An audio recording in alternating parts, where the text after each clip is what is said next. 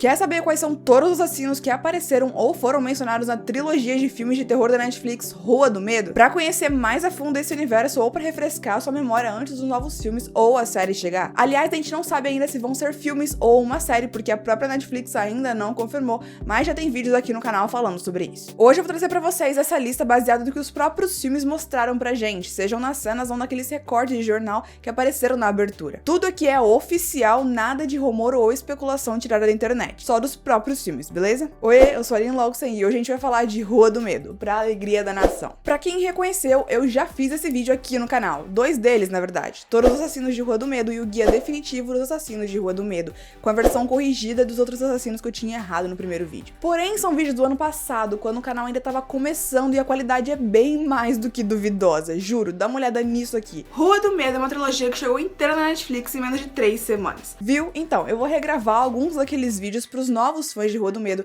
que estão chegando agora com todas as notícias de continuação vindo por aí, pra que eles não tenham que passar por aquilo. Mas olha, se você conheceu o canal naquela época e mesmo assim ficou por aqui, saiba que você mora no meu coração. Indo pro vídeo, eu quero de cara explicar por que algumas pessoas passam informações erradas sobre a trilogia. Os nomes nesses recortes de jornal que aparecem na abertura do filme se diferenciam dos nomes usados no filme. Por exemplo, no jornal chamam ele de Ryan Brown e no filme é Ryan Torres. A Ruby Lane é chamada de Ruby Lavigne. Alguns assassinos nem tiveram matérias nos jornais, e outros só dá pra ler o título, sem conseguir ler o que tá escrito no corpo do texto, que detalha os acontecimentos, e olha que eu dei muito zoom quando eu tava estudando essa trilogia no ano passado. Daí junta isso com o Paul falando o que der na telha sobre cada um, e pronto, cada personagem tem 3 histórias diferentes rodando por aí. Hoje eu trago pra vocês só o que foi mostrado nesses filmes e nesses recortes de jornal. Nada de achismos, nada de informação que não se sabe de onde veio. E quem for novo aqui no canal, não se esqueça de se inscrever pra receber todos os novos vídeos de Rua do Medo que vai rolar por aqui. Esse aqui é o canal que fez a maior cobertura de Rua do Medo quando a trilogia saiu da Netflix,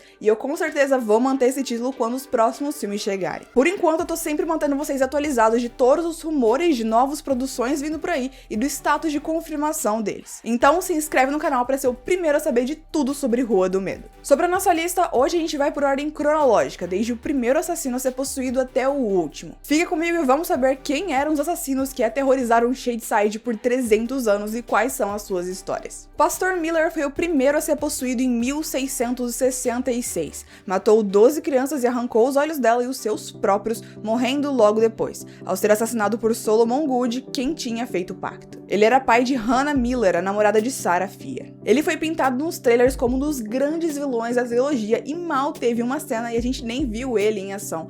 Com certeza um dos maiores desperdícios da trilogia. Fato interessante, o desgraçado do Solomon prometeu dar assistência às famílias que tinham perdido pessoas naquele massacre, como a gente pode ver no recorte que anunciou sobre os crimes. Consciência pesou, né? O Fazendeiro da Morte fez vítimas em 1890, mas a gente não tem informação nenhuma sobre ele. A única vez que a gente vê esse cara sendo mencionado é ele aparecendo no nome no sticker lá no quadro do Josh, o irmão da Dina. E pra isso você vai ter que pausar a cena no momento certo e ampliar muito esse print pra conseguir enxergar o nome dele lá atrás. Agora, The Grifter e Isaac Milton. A gente não tem uma data específica pra cada um, mas a gente sabe que algum deles atacou em 1904. No ano passado eu fiz a descoberta de que esses dois personagens não são um só, como todo mundo tava acreditando na época, e eu até fiz um vídeo mostrando todas as provas pra isso. Mas aqui eu vou resumir pra vocês. Isaac Milton ficou conhecido como The Shame Killer, ou o assassino da vergonha, porque ele usava uma máscara de ferro que era usada na Alemanha pra humilhar e torturar mulheres. Ele matava vítimas com as suas próprias mãos, e apesar de vermos ele matando uma delas afogada, a gente não sabe se é assim que ele matou todas elas. O ator que interpreta ele tem 2 metros de altura, o cara é enorme, e ele aparece rapidamente nos 3 filmes. Já Cyrus Fuller, conhecido como The Grifter ou o Vigarista, era um viajante que estava só de passagem por Shadyside, pegando caronas para atravessar o país. Ele foi possuído e matou 3 mulheres, as desmembrando e feriu uma 4ª que possivelmente sobreviveu. E então ele cortou sua própria garganta usando seu canivete. Na matéria que o nome dele aparece, é dito que a dona da taverna onde ele estava bebendo ficou com pena dele. E não dá mais pra continuar lendo a matéria porque ela é cortada ali, e eu acredito, e isso é teoria minha, que ela tenha deixado ele dormir ali mesmo. E isso faz sentido, já que os crimes aconteceram às 3 da manhã. O seu nome, Vigarista, provavelmente vem do fato dele ser um cara de fora que, em sua curta passagem pela cidade, matou 3 mães solteiras que trabalhavam ali na taverna. Tudo que nós temos sobre The Grifter é um recorte de jornal, ele nunca apareceu. E sobre o Isaac, a gente só tem as participações dele nos filmes, não tem nenhum recorte que fala sobre seu modus operandi ou quem era ele. Agora vamos a um dos favoritos de vocês, Billy Barker, o garotinho. Billy Barker, de acordo com jornais, tinha nascido deformado, e por isso ele sempre se destacou na escola por ser diferente dos demais. No melhor estilo América protege o bullying, a matéria menciona como Billy era provocado pelos seus colegas da escola, ou seja, maltratado, mas que ele nunca tinha apresentado comportamento violento. Uma noite, em 1922, um dos Good ofereceu o seu nome no pacto, e ele usou um taco de beisebol que tinha em casa para matar os seus pais e irmãos. Como a gente pode ver numa cena, a forma como o Good disse o nome do Billy era cheia de ódio, mas a gente não sabe o porquê. Agora vamos discutir alguns fatos. No jornal em que fala sobre os crimes que ele cometeu, o título da matéria é que o garoto matou os irmãos, o que é estranho, já que ele não matou só os irmãos e seus pais também. E por que a matéria só menciona os irmãos? Tem uma parte que não dá pra ser lida por causa dos créditos que ficam bem em cima, e eu fiquei com uma pulga atrás da orelha do que estava escrito ali. Na matéria é dito que Ruth e Henry Milton foram encontrados mortos em sua cama. Henry era um fazendeiro. Presumidamente eles são os pais do Billy, mas por que eles têm sobrenomes diferentes, Barker e Milton? Ainda mais naquela época, em 1922, o sobrenome era muito importante e todo mundo era reconhecido por ele. Exatamente na parte que não dá pra gente ler é falado como o Billy morreu. Aparentemente, e eu digo isso porque não tem como ter 100% de certeza de que é isso mesmo, mas eu acredito que seja, o Billy foi encontrado morto no quintal. Como? Não faço nem ideia. Logo abaixo é mencionado que Isaac era jogador de beisebol na escola. E você pode se perguntar, quem é Isaac? Eu não sei. O nome dele é mencionado pela primeira vez ali mesmo, mas eles não explicam por que deram essa informação, mas eu suponho que ele tenha sido um dos irmãos do Billy e a razão pelo qual tinha um taco de beisebol na casa. Alguns acreditam que o Billy também tentou se impedir de continuar matando, assim como a Ruby Lane, mas isso é só teoria. A matéria sugere que o Billy sofria abusos em casa e por isso cometeu todos os crimes, mas isso é especulação. Como a própria matéria diz, com toda a família, incluindo o Billy, mortos, vai ser impossível de definir por que ele fez o que fez. Então isso é uma teoria do jornal, não um fato. E o nome do irmão dele era Isaac e o seu sobrenome pode ter sido Milton, mas ele não tem absolutamente nada a ver com o assassino Isaac Milton, beleza? São datas completamente diferentes. Já o Humpty Dumpty é bem interessante. Uma matéria no jornal diz que ele atacou de novo, o que dá a entender que ele não teve apenas um surto e matou as pessoas uma só vez, como todos os outros assassinos. A diretora da trilogia disse que ela queria que o Humpty Dumpty fosse o assassino principal da parte 1 de Rua do Medo, 1994. Disse que ele matava suas vítimas, as desmembrava e depois usava as partes dos corpos para criar uma pessoa nova. Mas eles decidiram deixar ele para um futuro filme, desde o início, mostrando as intenções deles de criar mais nesse universo de Rua do Medo, e esse futuro nunca esteve tão perto. Esse assassino foi mencionado na franquia através de um recorte de jornal, mas nunca apareceu. Eu acho que seria incrível se ele realmente aparecesse e fosse mais explorado nos próximos filmes, porque ele parece ser super assustador. Vocês também acham? De todos os assassinos que eu mencionar aqui nesse vídeo, vão deixando aqui embaixo nos comentários quais vocês queriam ver em Rua do Medo 4. O Leiteiro, um dos favoritos de vocês também, foi possuído em 1950 e matou 7 mulheres que estavam acostumadas a abrir as suas portas para ele todas as manhãs. Ele as matou usando um canivete ali mesmo na porta de suas casas e os corpos foram encontrados pelos seus filhos e maridos. Durante todo o dia, a polícia ficou recebendo ligações de familiares que tinham acabado de encontrar os corpos. Na matéria do jornal é implícito que até o momento que aquela matéria foi escrita, ele ainda não tinha sido pego, já que a matéria sugere que as pessoas fiquem em casa e atentos. Agora vamos um pouco mais da história dele. Num podcast, a diretora do filme falou sobre a história dele que não apareceu nos filmes, mas antes de contar pra vocês, eu quero explicar uma coisa. Quando algo não tá em tela, é teoria.